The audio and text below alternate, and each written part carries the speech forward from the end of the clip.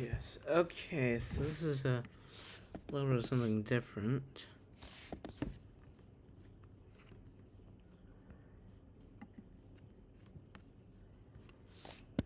Okay, let me go here.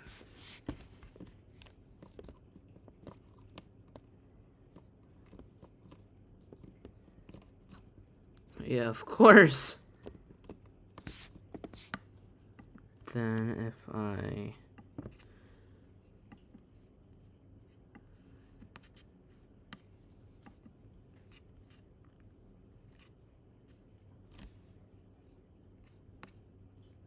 I don't know.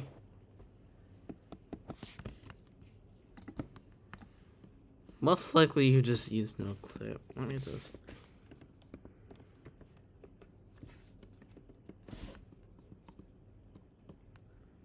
Bye.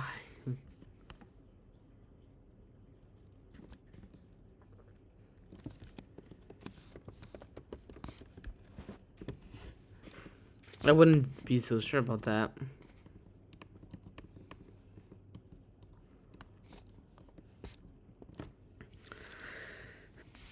I'll be right back.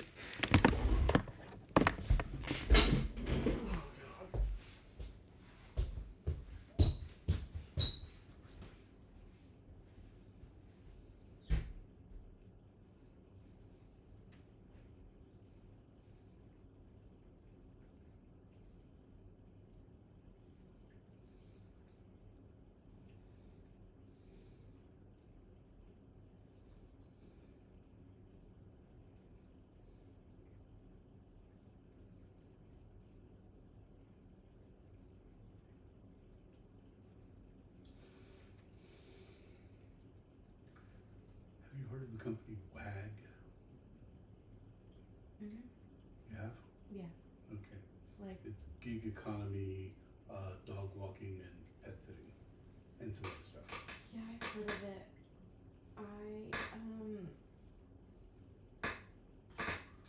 I tried to sign up for it a long time ago, Oh. and I think you needed, like, prior experience or, like, enough recommendations, Oh, and I don't think I had enough okay. professional pet sitting recommendations at the Gigs, time. yeah. Yeah. Cause like you needed like a lot. Like I think like six. I mean, 6 isn't a lot, but More than you have. more than I had at the time. I just didn't think about it again after that. Okay. Yeah, I'd never heard of it, but I just found out they filed for bankruptcy.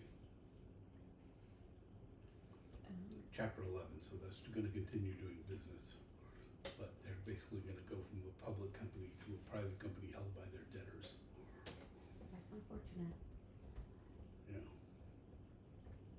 Wonder. I wonder why. Basically, when the pandemic hit, their business dried up Hmm. because everybody was home anyway. They didn't need dog walkers all the time. Right. Yeah. No, I could see that. I know it's still like people use it in bigger cities quite a That's bit, pretty much where they target, yeah. but probably not so much in smaller towns. Also, I mean, it's kind of just like everything else right now. I heard on WAG you kind of get to set your own prices, and people are kind of out pricing themselves. They're pricing themselves out of business a little bit. Ah, Because everyone expects to get paid like $30 an hour or $40 an yeah, hour. which is okay. Like people can set that price, but not everyone's gonna pay it. Yeah. It's interesting that um, Why'd you shut down the server?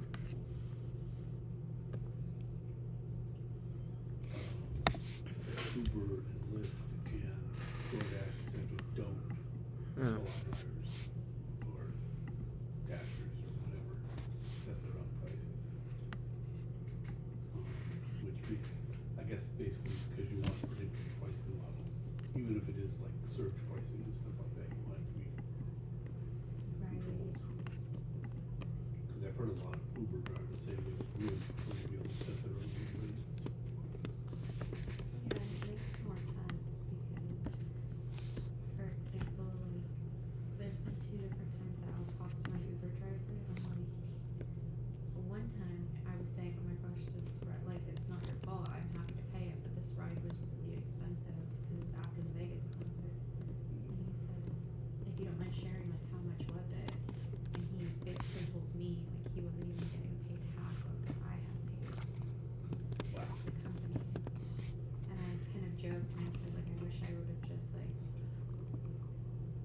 paid you directly, because then we both, like, I could have taken $15 off and you'd still be making more money.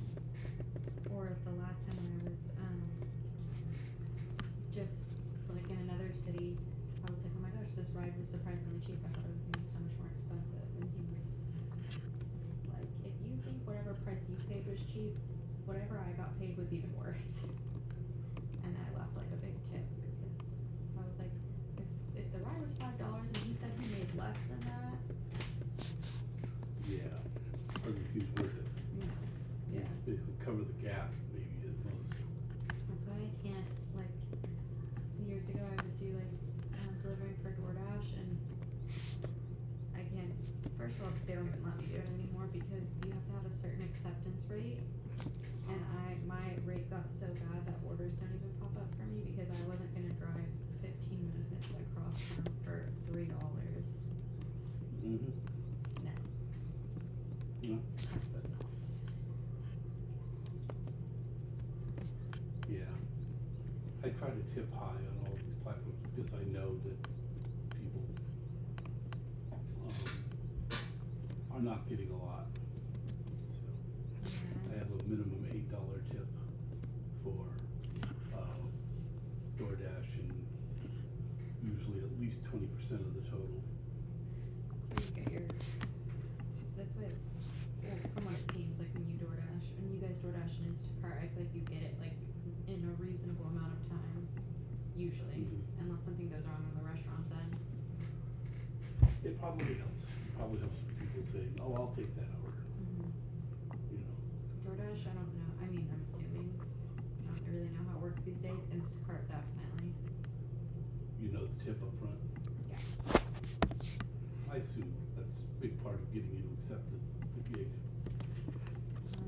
Yeah, it is. Although I've heard, you told me that several times the tip disappears mysteriously after you delivered something. I think they have done something about that, because that hasn't happened to me recently. I mean, you know, because I think they sent out like an email or something at some point. You know, I don't fully read the stuff they sent, but it said something about like tip baiting, like they were gonna do something about people getting tip baited into like doing like accepting orders. Now I feel like, yeah, I mean they've done this since forever. My most annoying thing with Instagram. Wanna join me in Rivals? Are you talking to me or your friend? My friend. They'll pair 2 orders together, or 3, Yeah. and one of the orders will be like No, join for me. your guys' house. Like you guys are really good tippers. Like a big order and a big tip. Here we go. And then they'll pair 2 more orders that are like each 20 minutes in 2 opposite directions. That are like each 0 tip. So if I could have just accepted the one person's house, I'd be making. There we go. Okay, I sent you the invite. Versus like Almost nothing. almost nothing for the other 2 houses. Like you can't separate.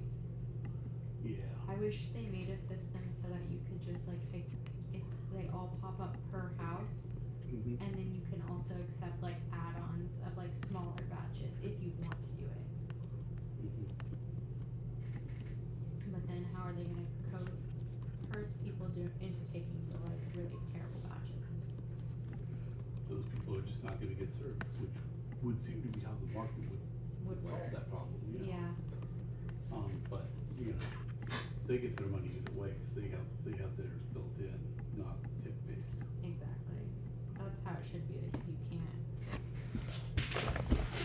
Just frankly, I mean, you Need to go get emails. really need enough. If you can't afford a service, then you shouldn't get it. Like for example, when I go out, when I want to like pick up food. The problem is, Mia, that I don't think that computer has a USB port like you're expecting. It has to be USB-C. No, yeah, I don't think you can plug that in. Can you? I have to get you an adapter, which I have, but Okay, if you don't shove it in, it doesn't fit.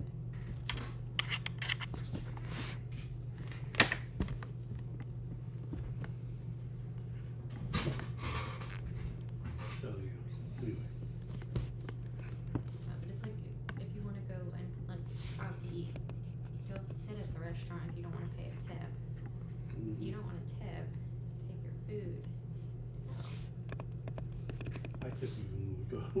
go, but that's me.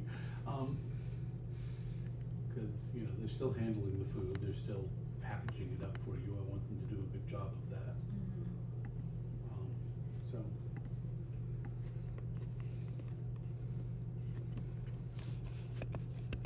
But yeah, Tip culture is kind of. there are a lot of people, especially outside the U.S., who think that tipping is a bad idea.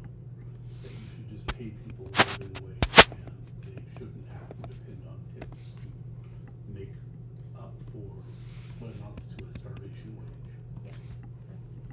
And it's getting to like before, you know, like I'm used to like tipping the people you expect, like delivery drivers, restaurant workers, hairstylists, bellhops.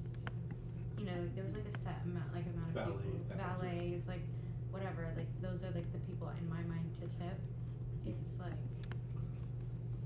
everyone now, which is kind of hard because it's like my.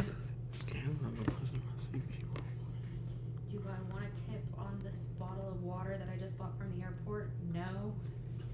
But there's no button for that, so I guess I'm tipping 20% on my $8 bottle of water. Yeah.